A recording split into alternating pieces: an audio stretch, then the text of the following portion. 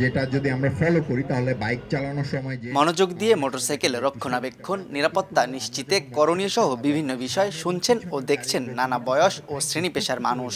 Safety for everyone স্লোগানে নিরাপদ motorcycle চালানোর উপর খুলনায় দিনব্যাপী অনুষ্ঠিত হয়েছে মোটরসাইকেল রাইডারদের প্রশিক্ষণ। খুলনায় নিরাপদ রাইডিং নিশ্চিত করতে হোন্ডা ও এসটি হোন্ডা ওয়ার্ডের সহযোগিতায় দিনব্যাপী মঙ্গলবার খুলনার শিববাড়ি মোড়ে স্বেচ্ছাসেবী সংগঠন হোন্ডা সেফটি রাইডিং টিম এ প্রশিক্ষণ কর্মশালার আয়োজন করে। কমন সেন্সটা অ্যাপ্লাই করতে তাহলে এই কষ্টটা প্রশিক্ষণে অংশগ্রহণকারীরা এদিন ব্রেকিং, ফুয়েল, ইঞ্জিন অয়েল, ঝুঁকিপূর্ণ রাস্তায় বাইক চালনা, বিভিন্ন সাংকেতিক চিহ্ন সহ খুঁটিনাটি বিষয়ে ধারণা লাভ করেন। দৈনন্দিন জীবনে বাইক সংক্রান্ত বিভিন্ন সমস্যার কথা শুনে সেসবের উত্তরও দেন প্রশিক্ষকরা। এমন আয়োজন গুরুত্বপূর্ণ জানিয়ে প্রতি বছর প্রশিক্ষণ কর্মশালা প্রয়োজন বলে জানান রাইডাররা। 15-20 বছর ধরে গাড়ি চালাই, কিন্তু আজকে এখানে এসে যা জানতে পারলাম যা অনেক কিছুই জানা ছিল না। কিভাবে সেফটির সঙ্গে গাড়িটাকে ড্রাইভ করবে এই জিনিসগুলো এখানে লার্ন করানো হচ্ছে আর কি।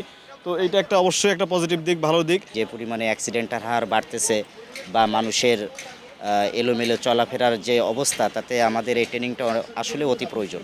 আগতদের মোটরসাইকেলের clutch system, brake system, throttle system check সহ বিভিন্ন সমস্যার ফ্রি সার্ভিসের কথা জানিয়ে আয়োজকরা বলছেন, সারা দেশে সড়ক দুর্ঘটনার মধ্যে মোটরসাইকেলের ঝুঁকি অনেক বেশি, নিহত ও আহতের সংখ্যাও বেশি। তবে যাতায়াতের সময় ও ব্যয় কমাতে এটি দৈনন্দিন জীবনে অপরিহার্য হয়ে উঠছে।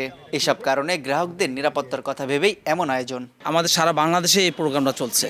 প্রতি বিভাগে, প্রতি জেলাতে আমাদের Honda Bangladesh Honda private limited উদ্যোগে এটা আমরা পরিচালনা করছি। মেজর 10টা আইটেম চেক দিচ্ছি।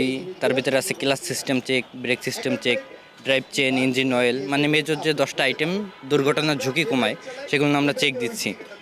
পাশাপাশি সেফটি রাইডের ট্রেনিং আছে কাস্টমারদের। প্রশিক্ষণে খুলনা অঞ্চলের 2 শতাধিক মোটরসাইকেল রাইডার অংশগ্রহণ করেন। আরেকবার আমরা একটু দেখি। তানজিম আহমেদ, সময় সংবাদ, খুলনা। আমরা বুঝতে পারলাম না।